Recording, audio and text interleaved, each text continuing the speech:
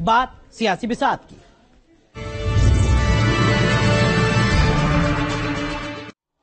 और सियासी बिसात में बात प्रधानमंत्री नरेंद्र मोदी की। पीएम नरेंद्र मोदी ने आज लाल किले की प्राचीर से बड़ा ऐलान किया। इस ऐलान से एक बार फिर उन्होंने 2024 का चुनावी एजेंडा सेट कर दिया। ऐलानों के बीच बड़ा सवाल यही कि आखिर अपने तीसरे टर्म को लेकर पीएम नरेंद्र मोदी इतने आत्मविश्वास से भरे क्यों हैं?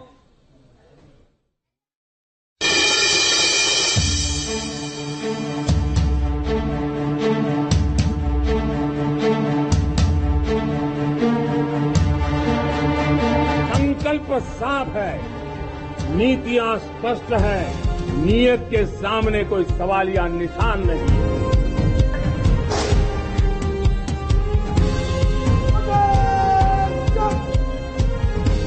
2047 में जब देश आजादी के 100 साल मनाएगा, मेरा देश विकसित भारत बन के रहेगा।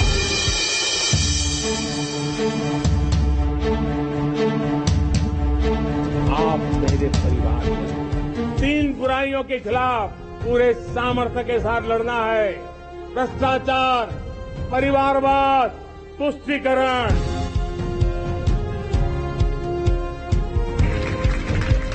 नीति सही, रीति नहीं, गति सही, राह नहीं। सुनो चुनौती सीना तान, जग में बढ़ाओ देश का नाम। लगातार 10वीं बार लाल किले से तिरंगा फहराने वाले पीएम मोदी को क्या 2024 में फिर तिरंगा फहराने का मौका मिलेगा? क्या मोदी के सियासी रिकॉर्ड में एक और रिकॉर्ड जुड़ जाएगा?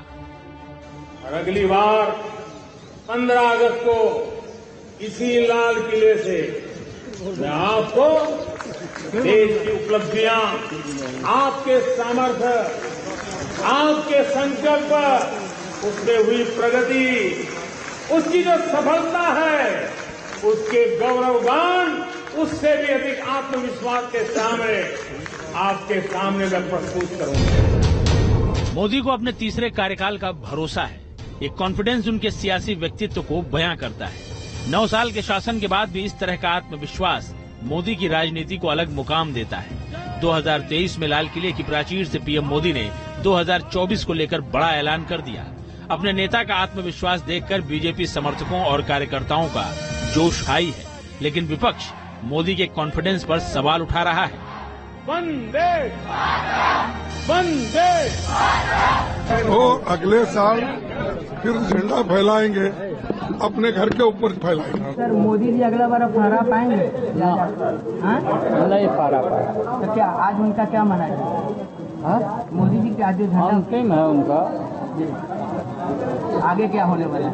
आगे हम लोग मोदी के भाषण पर विपक्ष की प्रतिक्रिया बेहद तल्ख है, लेकिन ये पहली बार नहीं है जब मोदी ने अपने तीसरे कार्यकाल की बात कही है। कुछ दिन पहले ही संसद में अविश्वास प्रस्ताव के दौरान देश पीएम मोदी के विश्वास को देख चुका है। ये मोदी देश को गारंटी देता है कि मेरे तीसरे कार्यकाल में मैं हिंदुस्तान को टॉप 3 की पोजीशन में लाके रहूंगा। ये मेरा देश को गारंटी है। संसद से लाल किले की प्राचीर तक पीएम मोदी का ये कॉन्फिडेंस यूं ही नहीं है। 9 साल से हिंदुस्तान के सियासी पटल पर मोदी फैक्टर का असर पूरी दुनिया देख रही है। 9 साल में 10वीं बार जब मोदी लाल किले पर झंडा फहराने आए तो ऐसा करने वाले वो चौथे प्रधानमंत्री बन गए।